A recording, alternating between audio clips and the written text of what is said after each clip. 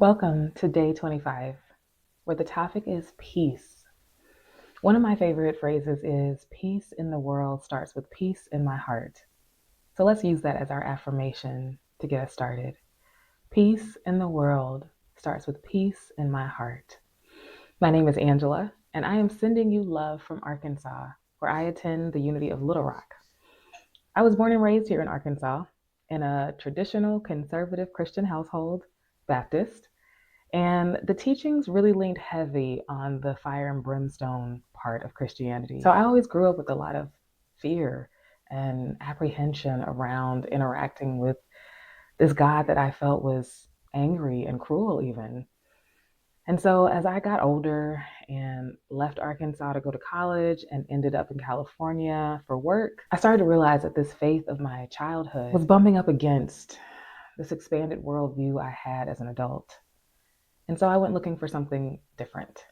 And that is when I discovered Unity out in Palo Alto. And that is really where my metaphysical journey began. And I am still very much a student. I still have a lot to learn. But it's doing things like this and speaking at the Unity I attend and taking classes that helps me wrap my mind around these concepts. And I will have to admit that even though I understand that we interpret things metaphysically and we understand the true meaning behind some of the words used in traditional Christianity, I personally still struggle with some of those words. They still make me cringe a little bit.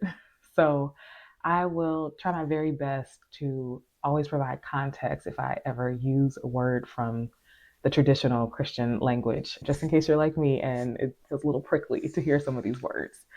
And one of those words for me is Lent. And that may be more so that I didn't grow up observing Lent. It was not something that was taught in the church that I attended.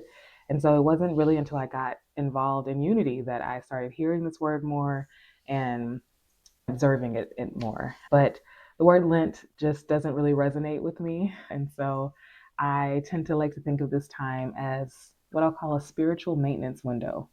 I don't know if you've ever been to one of those websites where it has a banner that says the site is going to be down for maintenance during a certain time window. And that's because on the back end, the developers need to make some upgrades, some changes to the site to make it function better. And it would be harder to do that if users were still going to the site actively using the features involved. So I like to think of this time as our own personal spiritual maintenance window where we kind of take stock of our inner world and maybe pull away from some things in the external world to allow us to make some inner upgrades. And that looks like denying that which no longer serves you and affirming the truth of who and what you are. And so that's the way I like to think about Lent. And today's topic is again on peace. And in the reading today, it talks about a passage that we're probably all very familiar with that says, if someone strikes you on the right cheek, you should give him your left cheek also. Now, I am personally not advocating for anyone to let someone else hit them intentionally, but if we look at this metaphysically, if we look at this symbolically, what this is really saying is that your peace is important to protect. If someone is coming at you with something other than peace, you coming at them with that same energy is only going to amplify the energy that you want gone. If someone is coming to you with hate and anger, and you come back at them with hate and anger, all we're doing is amplifying hate and anger in the world. But we can more easily diffuse a situation if we bring peace to our encounters. And I want to distinguish between the peace that we experience in the external world, which is things like the absence of war, the absence of conflict, harmony between people. That is a wonderful experience. And it is also not the ultimate peace that resides within you at your core. We are like oceans, and at the surface, the waters can be a little choppy at times. But if we can go down into the depths of ourselves, we can experience that stillness, that peace that cannot be disturbed.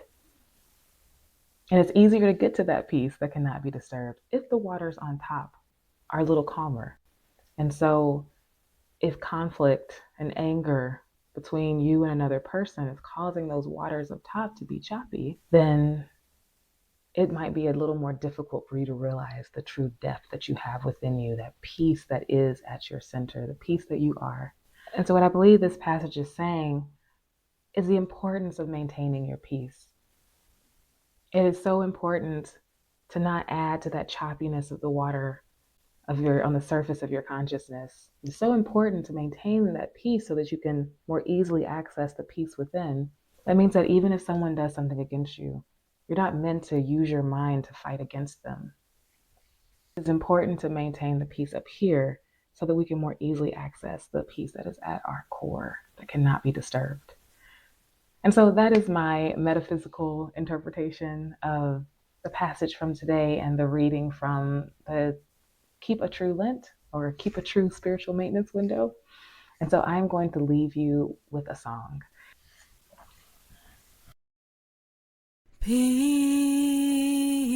Peace, peace, I am peace, I am peace, love, love, I am love, I am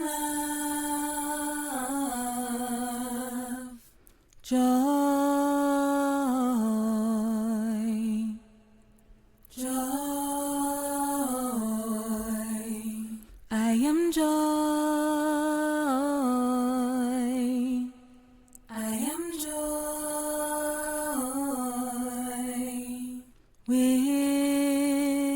wisdom, wisdom, I am wisdom, I am wisdom, strength,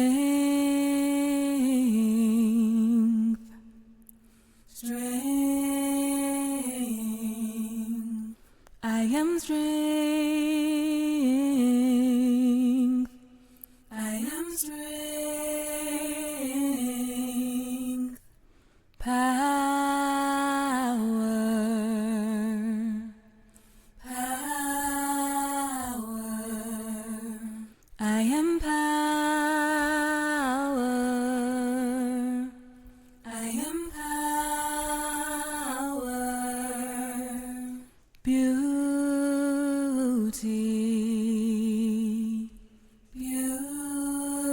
beauty, I am beauty,